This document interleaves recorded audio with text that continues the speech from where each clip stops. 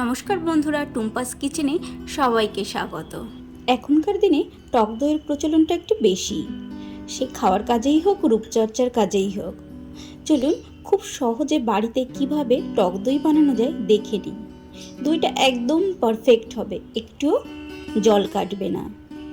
সেটা মাটির পাত্রেই হোক বা কাচের পাত্রেই হোক, প্রসেসটা জেনে নিলে খুব সহজেই তৈরি করে নিতে পারবেন বাড়িতে। আর বাড়িতে তৈরি করা টক দই খাদ্যগুণ অনেক বেশি থাকে। এখানে আমি নিয়ে নিয়েছি 1/2 লিটার দুধ।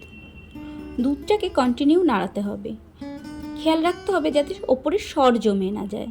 সরটাকে দুধের সঙ্গে খুব ভালোভাবে মিশিয়ে দিতে হবে।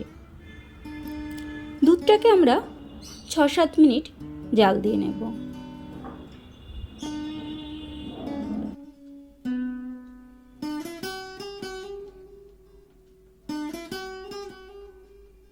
দুধটাকে 4-5 মিনিট জাল দিয়ে নিয়েছি। এখন দিয়ে দেব 2 চামচ গুঁড়ো দুধ। এই গুঁড়ো দুধটা দেওয়ার জন্য টক দইটা খুব বেশি টক হবে না, আর টেক্সচারটাও খুব ভালো হবে, তাই বলে মিষ্টি হবে না। গুঁড়ো দুধ দিয়ে খুব ভালোভাবে মিশিয়ে নিতে হবে যাতে দলা পেকে না যায়। গুঁড়ো দুধ দিয়ে আরও 2 মিনিট মতো জাল করে গ্যাসের ফ্লেমটা বন্ধ করে দেব।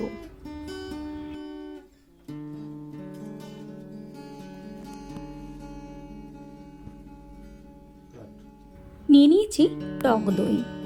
টক দইটাকে একটু মিশিয়ে নেব, ফেটিয়ে নিচ্ছি না, জাস্ট একটু চামচ দিয়ে মিশিয়ে নিচ্ছি। নিয়ে নিয়েছি একটি মাটির হাঁড়ি। মাটির হাঁড়িটাকে ধুয়ে শুকিয়ে নিয়েছি। এই হাঁড়ির মধ্যে দিয়ে দেব 1 চামচ মতো টক দই। টক দইটা হাঁড়িতে খুব ভালোভাবে মেখে নেব।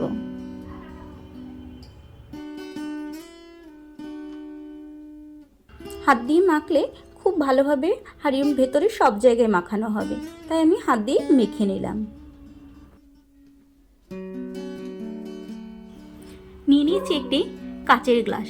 কাচের গ্লাসেও দেখবেন কত পারফেক্ট হবে। কাচের গ্লাসের মধ্যেও একটু দই মেখে নিলাম। দুধটাকে আমরা ঠান্ডা করে নিয়েছি, খুব বেশি ঠান্ডা নয়, একটা আঙুল চুবিয়ে রাখলে সহ্য করা যাবে সেরকম উষ্ণ থাকতে হবে। বেশি ঠান্ডা হয়ে গেলে যেমন দই পারফেক্ট হবে না, আবার বেশি গরম থাকলেও দই পারফেক্ট হবে না। এর মধ্যে দিয়ে দেব 2 চামচ টক দই। এবার দইটা দিয়ে একটু মিশিয়ে দেব। খুব বেশি মেশানোর দরকার নেই, একটু জাস্ট নাড়িয়ে দিলেই হবে।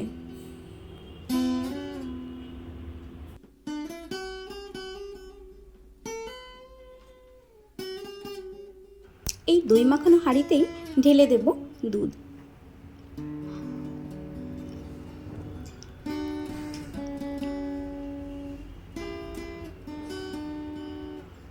হাঁড়ি ধরেই একবারেই ঢেলে দিলাম কাজের সুবিধার্থে।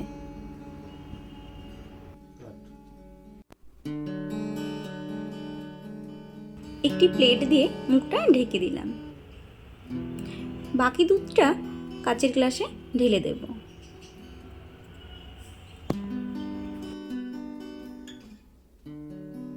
একটি পাত্র দিয়ে ঢেকে দিলাম।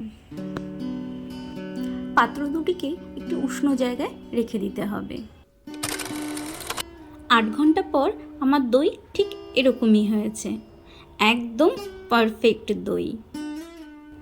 এই 8 ঘন্টার মধ্যে আমি কিন্তু ঢাকনাটি একবারের জন্যও খুলিনি। কাচের গ্লাসেরটাও কিন্তু খুব ভালো জমেছে। আপনারাও বাড়িতে তৈরি করুন, খান, আর আমার রেসিপিটি কেমন লাগলো কমেন্টস করে জানাতে ভুলবেন না। ভালো লাগলে লাইক শেয়ার করবেন। এরকম রেসিপি দেখতে হলে চ্যানেলটিকে অবশ্যই সাবস্ক্রাইব করবেন। Thank you.